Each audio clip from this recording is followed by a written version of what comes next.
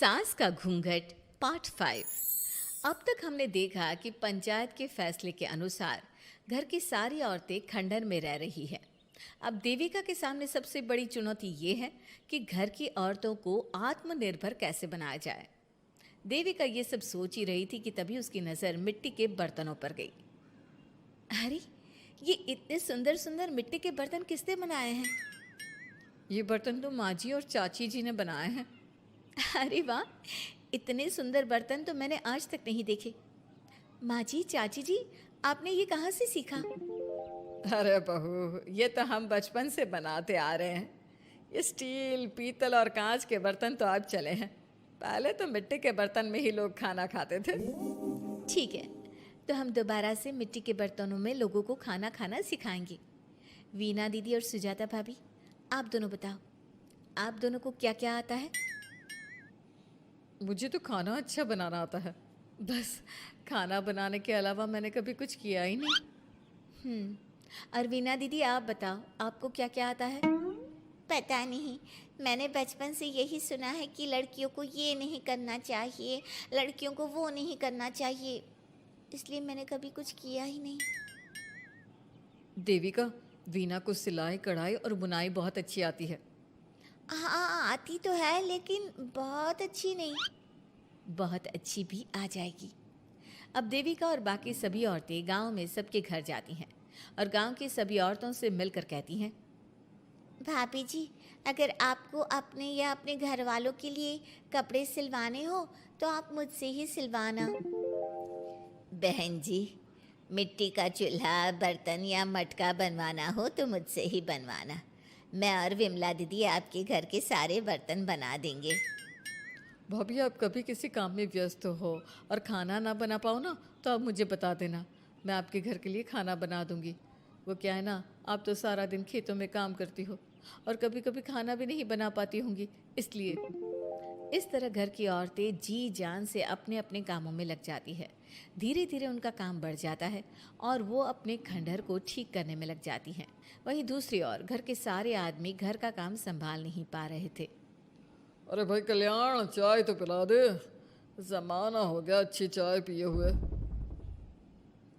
आप भी ना घर के दामाद से क्या क्या काम करवाते हैं। अभी लाता हूँ चाय। कल्याण, तुम दामाद नहीं बेटे हो, इसलिए इस घर के सुख दुख, घर के काम और बाहर के कामों में तुम्हारा सहयोग तो होना ही चाहिए ना।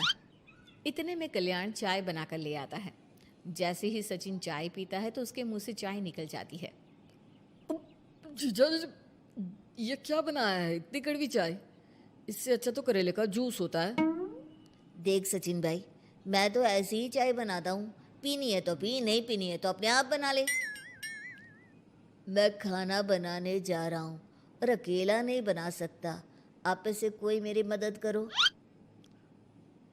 सचिन मेरी चाय की बुराई कर रहे थे ना, तुम जाओ अब खाना बनाओ। सचिन और मोहन दोनों खाना बनाने में लग जाते हैं। मोहन भिंडी काटकर कढ़ाई में छोड़ देता है और उसमें पानी डाल देता है। आपने भिंडी में पानी क्यों डाला? शायद पानी नहीं डलता, पता नहीं, लेकिन माँ ने कभी भिंडी में पानी नहीं डाला था।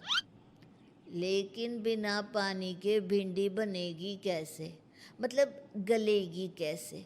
बिना पानी के बनाएंगे तो चिपक नहीं जाएगी कढ़ाई से?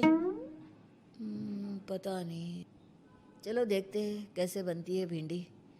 भैया, कितने दिन हो गए ना अच्छा खाना खाए हुए। खाना तो सुजाता बनाती है, इतना मज़ेदार खाना कोई और बना ही नहीं पाता। सचिन और मोहन खाना तैयार करके ले आए। सभी आदमी खाना खाने लगे। खाना बना तो बहुत बुरा था, लेकिन किसी ने बिना कुछ कहे खाना खा लिया। तभी जोगिंदर ने कहा, घर की हालत कितनी बुरी हो रही है, जगह जगह जाले लगे हैं। 2 दिन से तो किसी ने झाड़ू भी नहीं लगाई घर की। हाँ, और घर में गंदे कपड़ों के ढेर लगे हैं। मेरे पास तो यह आखिरी कुर्ता ही बचा है पहनने के लिए। कल्याण, मोहन, तुम किसी नौकर को रख लो ना। हमने 1-2 लोगों से बात की थी नौकर के लिए, लेकिन कोई घर में काम करने के लिए तैयार ही नहीं है।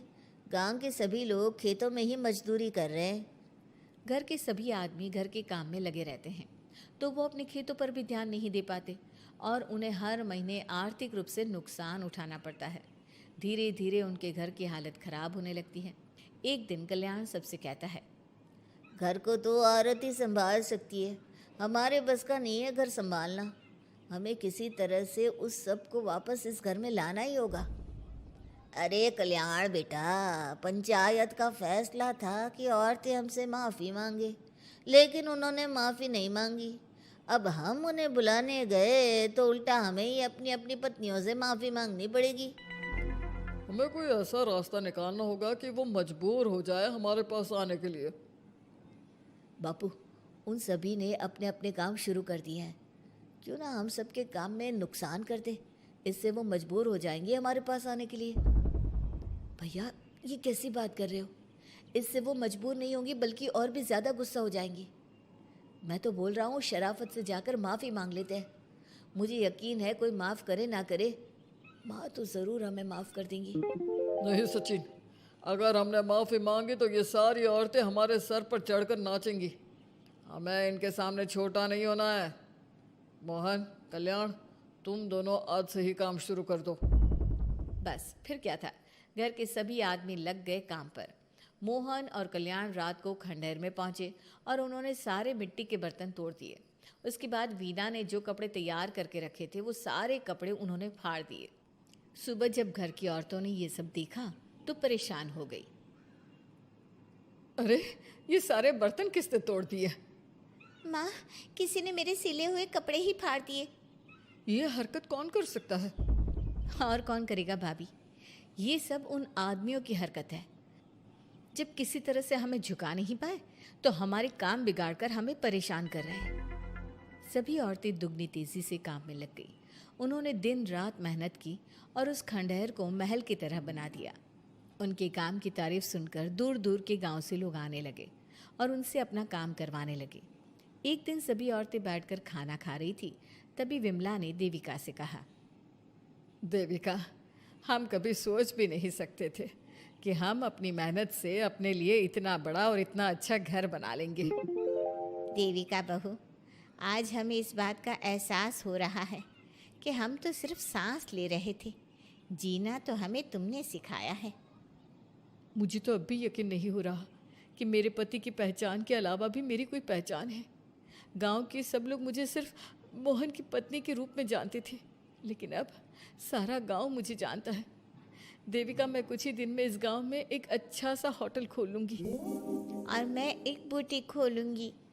मैं यहाँ गांव की लड़कियों के लिए एक स्कूल खोलना चाहती हूँ, यही मेरा सपना है। सभी औरतें खाना खाकर सो जाती है। रात बहुत ज़्यादा हो गई है, लेकिन देविका को नींद नहीं आ रही थी। तभी उसे किसी के कदमों की आवाज़ सुनाई दी। पहले तो देविका थोड़ी डर गई, लेकिन उसने हिम्मत करके उठकर देखा तो उसके सामने सचिन खड़ा था। सचिन, तुम यहाँ क्या कर रहे हो? कहीं तुम मेरा कोई नुकसान तो करने नहीं आए? मेरे पास तो किताबों के अलावा कुछ नहीं है, फाड़ना चाहो तो फाड़ सकते हो। देविका, मैं तुम्हारा कोई नुकसान करने नहीं आया हूँ, बस तुमसे माफ़ी मांगने आया हूँ। क्या? रात के अंधेरे में चोरों की तरह तुम मुझसे माफ़ी मांगने आए हो? प्लीज़ देविका, माँ और चाची को समझाओ कि वो बापू और चाचा जी से माफ़ी मांग ले और तुम सबको लेकर घर आ जाए। सचिन, तुम भी तो अपने बापू और चाचा को अपने साथ ला सकते थे ना, और माँ और चाची से माफ़ी मंगवा सकते थे ना।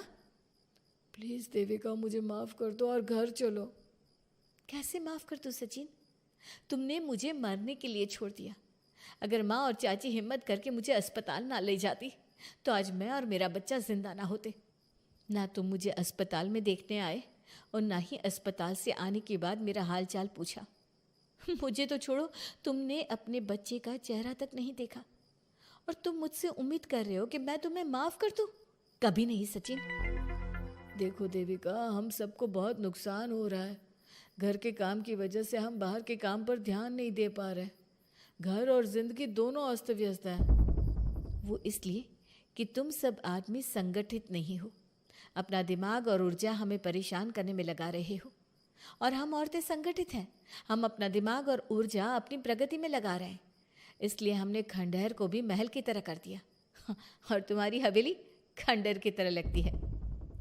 सचिन देविका से बार बार माफ़ी मांग रहा है। क्या सचिन को अपनी गलती का सच में पछतावा है या फिर ये घर के आदमियों की कोई नई चाल है? ये जानने के लिए आपको हमारे आने वाले एपिसोड का इंतज़ार करना होगा।